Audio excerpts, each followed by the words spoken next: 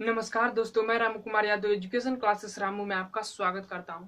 दोस्तों, आज मैं शिक्षण कौशल का जो वर्तमान भारतीय समाज एक प्रारंभिक शिक्षा था उसके अंतर्गत जितने भी टॉपिक आने वाले थे उस टॉपिक में का मैं नेक्स्ट टॉपिक मतलब नेक्स्ट जो टॉपिक हमारा था उसको लेकर आ गया हूँ, हंटर आयोग। तो अगर आप प्राइमरी सुपर टेट की तैयारी करते हैं तो इस वीडियो को जरूर देखें। वीडियो पसंद आए तो चैनल को लाइक करें, शेयर करें, सब्सक्राइब करें। तो चलिए दोस्त, हम अपने चलते हैं टॉपिक पर। देखिए, अगर हम बात करें शिक्षण कौशल के अंतर्गत जो कि 10 नंबर का है सुपर टेट में प्राइमरी, उसमें जो वर्तमान भारतीय समाज जो प्रारंभिक शिक्षा है उसके अंदर कई टॉपिक आते हैं। मतलब मैंने जो पहली वीडियो बनाया था, आप उसकी प्लेन लिस्ट भी बनाया तो उसमें जाकर उस वीडियो को देखिए। जब मैं पहली वीडियो बनाया था तो उसमें मैंने पूरा टॉपिक बताया था कि वर्तमान भारतीय समाज प्रारंभिक शिक्षा के अंतर्गत कौन कौन से टॉपिक आते हैं। तो उसमें से एक हमारा नेक्स्ट टॉपिक है हंटर आयोग 1882 का। अभी हमने पिछली वीडियो जो बनाया था स्टैनली का आज्ञा पत्र जो है 1859 था, उसको मैंने बनाया था। और उससे पहले वुड डिस्पैच जो है उसको भी बना चुका हूँ। तो आज हमारा हंटर आयोग है, हंटर आयोग को पढ़ेंगे। अगर पिछली वीडियो आप नहीं देखे हैं तो डिस्क्रिप्शन में इस वीडियो का लिंक भी दिया हूँ और पे लिंक्स भी बनाया हूँ, तो उसमें भी जाकर उस वीडियो को देख सकते हैं। तो चलिए दोस्त, हंटर आयोग की बात करते हैं। देखिए, हंटर आयोग की बात करने से पहले मैंने थोड़ा पीछे का इतिहास बात कर लेते हैं, यानी कि जो वीडियो पिछली बनाया था उसको थोड़ा समझ लेंगे ना तो ये जो हंटर आयोग है वो आपको समझ में आ जाएगा।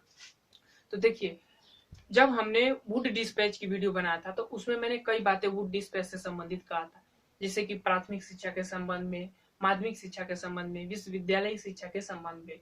तो जो भी बातें, जो भी प्रयास उस समय किया गया था तो उस आयोग में किया गया था। लेकिन जैसे 1857 की क्रांति हुई आगे चलकर, फिर उसके बाद जो ब्रिटिश पार्लियामेंट थे, उस यहाँ कंपनी का शासन हुआ करता था अंग्रेजों का। तो अब वो जो कंपनी का शासन हो ब्रिटिश पार्लियामेंट के अंतर्गत चला गया। अब क्या हुआ कि जब ब्रिटिश पार्लियामेंट के अंतर्गत चला गया तो उन्होंने किया कि शिक्षा में नए सुधार करने चाहे, पिछले सुधार के अनुसार। तो जब नया स्टैनली की अध्यक्षता में एक आयोग की स्थापना की गई थी, उस आयोग जब आया तो उस आयोग में भी वही बातें जो है वुड डिस्पैच में कही गई थी उसको दोहराया गया और कुछ और अलग से अपनी बातें उसके अंतर्गत जोड़ा गया, सुझाव के अंतर्गत। फिर उसके बाद 1882 में जब शिक्षा आयोग आता है, मतलब कि जो 20 सालों के बाद आता है, तो वो 1882 में जब शिक्षा आयोग आता है तो उस आयोग में भी जो वुड डिस्पैच है उसकी कुछ बातों को अंतर्निहित किया गया है इस 1882 में हंटर आयोग। ठीक, हंटर आयोग की अगर हम बात करें तो इसे भारतीय शिक्षा आयोग भी कहते हैं। भारतीय शिक्षा आयोग क्यों कहते हैं आगे चलकर आपको पता हो जाएगा, पहले इस चीज को समझिए। इसको क्या कहते हैं, प्रश्न बना यहाँ से, तो इसको भारतीय शिक्षा आयोग भी कहते हैं। यह 1880 में वायसराय लॉर्ड रिपन की, मतलब उस समय वायसराय थे लॉर्ड रिपन, तो उनके समय में जो है इस आयोग की स्थापना हुई थी। इस आयोग में जो है अध्यक्ष की अगर हम बात करें तो सर विलियम हंटर थे, इसीलिए इस आयोग का नाम हंटर आयोग रखा गया था। इसमें 20 सदस्य थे जिसमें से 7 भारतीय थे। अब ये 7 भारतीय होने के कारण इस आयोग को भारतीय शिक्षा आयोग कहा जाता है। तो अब समझ में आएगा कि भारतीय शिक्षा आयोग क्यों कहा जाता है, क्योंकि इसमें भारत के सदस्य जो है, अब पिछली जितने भी आयोग हुए उसमें भारत सदस्य भाग नहीं लिए थे, लेकिन इस आयोग में भारतीय सदस्य भाग लेते, इसीलिए भारतीय शिक्षा आयोग इस आयोग को कहा जाता है। इसके संचालक जो है पी.एल. राइस थे। इतना चीज बस इससे समझ लीजिए, अगर प्रश्न बनता है तो इतनी चीज से बन सकता है और आगे नहीं। उसके बाद जब इस आयोग का गठन किया गया तो इस आयोग के मतलब इस आयोग के सामने कुछ प्रश्न रखे गए कि आपको जब आपका गठन किया जा रहा है तो आप किस कारण से और क्या क्या आपको करना है उसके लिए गठन किया जाता है। तो इस आयोग को कुछ बिंदुए दिए गए थे, जांच के बिंदु। वो बिंदुओं को समझ लेते हैं, जो महत्वपूर्ण बिंदु है उसको समझ लेते हैं। पहला है कि क्या हमने प्राथमिक शिक्षा पर ज्यादा ध्यान दिया है और माध्यमिक शिक्षा पर कम। यानी कि जब वुड डिस्पैच आया था तो प्राथमिक शिक्षा के संबंध में ज्यादा बातें कही गई थी, ज्यादा उस समय प्राथमिक शिक्षा की स्थापना करने की बातें कही गई थी। तो वही बात यहाँ कर रहा है कि क्या हमने प्राथमिक शिक्षा पर ज्यादा ध्यान दिया, माध्यमिक शिक्षा को छोड़ दिया, ध्यान नहीं दिया। उसके बाद दूसरी बात है, इन्होंने कहा माध्यमिक शिक्षा को बढ़ावा देने के लिए हमें क्या प्रयास करने चाहिए। मतलब कि जो माध्यमिक शिक्षा का क्षेत्र है वो पिछड़ गया था, तो उसको बढ़ावा देने के लिए हमें क्या प्रयास करने चाहिए, ये दूसरा पॉइंट इनके सामने रखा गया। और तीसरा था भारतीय शिक्षा के लिए जो संस्था, यानी कि वुड डिस्पैच में जो भी संस्थाएं खोली गई थी या खोलने की बात कही गई थी, वह क्या इस योग्य है कि उनसे भारतीय शिक्षा का संचालन किया जा सकता है। मतलब जो संस्थाएं स्थापना की गई हैं, क्या उससे भारतीय शिक्षा का संचालन किया जा सकता है, ये भी जांच के बिंदु दिया गया था हंटर आयोग को। और चौथा है कि 1854 के वुड डिस्पैच में जो बातें कही गई है वह सही ढंग से लागू किया गया है या नहीं, अगर हमें उसे लागू करने हो तो हमें क्या क्या नीतियां बनानी होगी। तो ये 4 बिंदुएं जो है हंटर आयोग को दिया गया था जांच करने के लिए। और जांच करने के बाद जो है हंटर आयोग अपना सुझाव देता है। जो इम्पोर्टेंट पॉइंट होते हैं उनको मैंने इस वीडियो में कवर करने का प्रयास किया है, जहां से प्रश्न बनने के चांस रहते हैं। तो अब इनको 4 बिंदुएं दिए गया जांच करने के लिए। जब इन्होंने जांच किया तो उसके बाद इन्होंने तो अपना सुझाव दिया, उसी सुझाव को समझते हैं। तो इनका सुझाव था, पहला सुझाव था कि सरकार धीरे धीरे प्राथमिक विद्यालयों की स्थापना करना बंद करे। मतलब जो सरकार प्राथमिक विद्यालयों की स्थापना कर रही थी उसको बंद करे, तथा जो वहां का स्थानीय निकाय मतलब स्थानीय शासन होता है उसे प्राथमिक शिक्षा की जिम्मेदारी दे दी जाए। सरकार उससे अपने आप को अलग कर ले। मतलब जो प्राथमिक शिक्षा का क्षेत्र था, स्थापनाएं थी, उसको बंद किया जाए, सरकार इस आयोग का सुझाव था। और इसने कहा था कि जो स्थानीय क्षेत्र होता है यानी कि स्थानीय निकाय होते हैं उसके अंतर्गत प्राथमिक शिक्षा को सौंप दिया जाए और सरकार उससे अलग हो जाए। पहला सुझाव था जो महत्वपूर्ण है। दूसरा सुझाव इन्होंने दिया कि हमें माध्यमिक विद्यालयों को ऐसे लोगों को सौंप दिया जाए जो निजी क्षेत्र के हो, लेकिन उन्हें निजी क्षेत्र का मतलब प्राइवेट सेक्टर का हो, लेकिन उन्हें प्रशासनिक संचालन बेहतर ढंग से आता हो तथा एक जिले में एक ही विद्यालय की स्थापना हो। अब दूसरा सुझाव इन्होंने दिया था कि जो माध्यमिक शिक्षा का क्षेत्र है उसको निजी क्षेत्र में यानी कि प्राइवेट सेक्टर में दे दिया जाए, दूसरे लोगों को, उन लोगों को दिया जाए जिसको प्रशासनिक शिक्षा है मतलब प्रशासनिक संचालन अच्छे ढंग से आता हो, उनको ये क्षेत्र दिया जाए। और मतलब प्राइवेट सेक्टर में देने की ये सीधी बात कहे थे, सुझाव दिया था हंटर आयोग ने। तीसरा इनका बात था कि शिक्षा का जो उत्तरदायी हो भारतीयों को दिया जाए जिससे राष्ट्र की चेतना जागृत हो। मतलब भारतीय दिए जाएंगे तो उनसे उनका खुद का विश्वास होगा। इनको मतलब कि भारत जो थे ना, भारत के लोग, उनको अंग्रेजों पर विश्वास नहीं हुआ करता था। ठीक, उसीलिए इन्होंने कहा कि भारत का जो शिक्षा का दायित्व है वो भारतीयों को दिया जाए और भारत बेहतर ढंग से जानते हैं कि वो अपनी शिक्षा का विकास कैसे कर सकते हैं।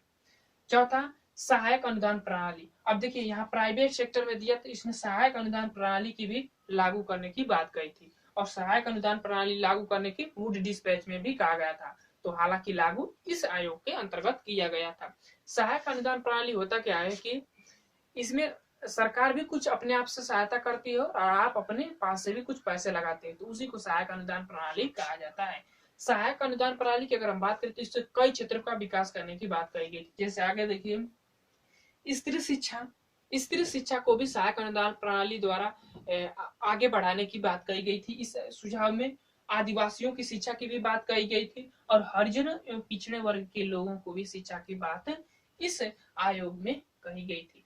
और जब इस तरह बात इस आयोग में कहा गया था तो इस आयोग को स्पेशली कहा गया कि या ये आयोग जो है शिक्षा के सभी क्षेत्रों में ये आयोग बात करता है या प्राथमिकता देता है, यानी कि इस आयोग में शिक्षा के सभी क्षेत्रों में बात कही गई है।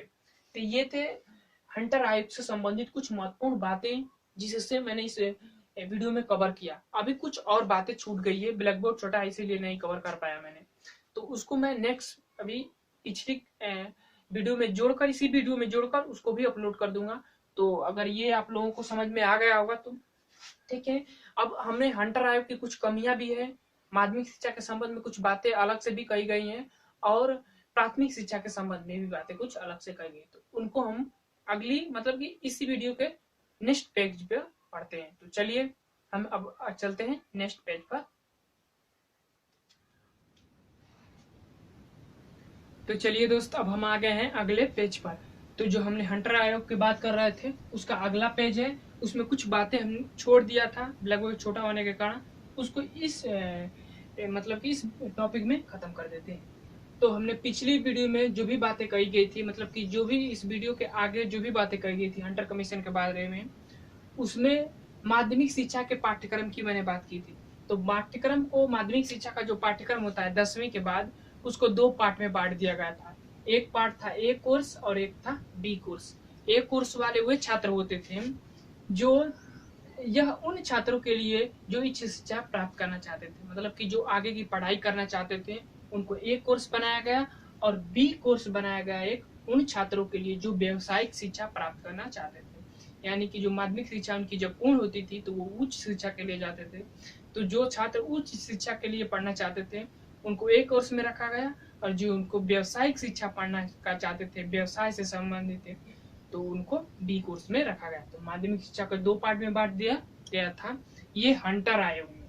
ठीक, उसके बाद प्राथमिक शिक्षा के संबंध में कुछ अलग से ही बातें कर दी गई थी प्राथमिक शिक्षा में, तो उसको देख लेते हैं। तो इसमें जो इम्पोर्टेंट बातें हैं कि प्राथमिक शिक्षा के संबंध में बातें कही थी कि प्राथमिक शिक्षा का माध्यम भारतीय भाषा होना चाहिए, मतलब कि भारत की जो भाषा होती है देसी भाषा, वो होना चाहिए प्राथमिक शिक्षा का भाषा। दूसरा पॉइंट कहा गया था कि प्राथमिक शिक्षा का उद्देश्य जनता में शिक्षा का प्रसार करना होना चाहिए, न कि उच्च शिक्षा में प्रवेश के लिए तैयार करना। मतलब कि उनको जनता में शिक्षा का प्रसार करना होना चाहिए, न कि शिक्षा ऐसा दें जिनको उनको उच्च शिक्षा में प्रवेश करने के लिए शिक्षा नहीं देनी चाहिए। इसका उद्देश्य था प्राथमिक शिक्षा का। ठीक, तीसरा पॉइंट है प्राथमिक शिक्षा के प्रसार के लिए राज्यों की विशेष मदद करनी चाहिए। मतलब कि राज्यों जो होते हैं, राज्यों को विशेष मदद करनी चाहिए, को होना चाहिए, जो राज्य हुआ करते थे उनको विशेष मदद करनी चाहिए प्राथमिक शिक्षा के प्रसार के लिए अपने क्षेत्र के अंतर्गत। उसके बाद अगला पॉइंट है प्राथमिक शिक्षा के संबंध में इन्होंने कहा कि पाठ्यक्रम में ऐसी विषय को सम्मिलित किया जाए जिससे छात्र स्वावलंबी हो सके। स्वावलंबी का मतलब खुद पर निर्भर हो सके, ऐसे पाठ्यक्रमों को प्राथमिक शिक्षा में के अंतर्गत इंक्लूड करना चाहिए, समावेशन करना चाहिए। ठीक, तो ये थे कुछ प्राथमिक शिक्षा के संबंध में जो बातें कही गई थी अलग से हंटर आयोग से वो थी। और इसके संबंधित जो महत्वपूर्ण कमियां हैं जहां से प्रश्न बनते हैं उसको समझ लेते हैं। तो इसकी एक बहुत सबसे बड़ी विशेषता और कमी है कि इस आयोग ने 1853 की आयोग की कई बातों को दोहराया। मतलब कि जो वुड डिस्पैच थी उसकी कई बातों को इसने दोहराया। हालांकि जो लॉर्ड रिपन थे उन्होंने डायरेक्टली ये बात कही थी कि शिक्षा के संबंध में जो वुड डिस्पैच है वो सारी बातें कर दी है, और उसको मतलब लागू करना हमारा सीधा उद्देश्य होगा। और दूसरा कमी है, हंटर कमीशन ने मुस्लिमों के लिए शिक्षा की अलग से व्यवस्था हो इसकी सिफारिश की थी। मुस्लिम शिक्षा की अलग से सिफारिश इन्होंने किया था हंटर आयोग ने। तो ये था हमारा हंटर आयोग। तो हंटर आयोग से जितने भी महत्वपूर्ण प्रश्न बनते हैं या इम्पोर्टेंट पॉइंट थे उनको मैंने इस वीडियो में कवर कर दिया हूँ। तो दोस्त, अगर आप प्राइमरी सुपर टेट की तैयारी करते हैं, शिक्षण कौशल जो है उसका जो 10 नंबर का पार्ट है उसमें इसका ये टॉपिक है, यहाँ से प्रश्न बनने के चांसेस रहते हैं। तो आप इस वीडियो को जरूर देखें। वीडियो पसंद आए तो चैनल को लाइक करें, शेयर करें। तो चलिए दोस्त, हम वीडियो को समाप्त करते हैं। Thank you for watching this video.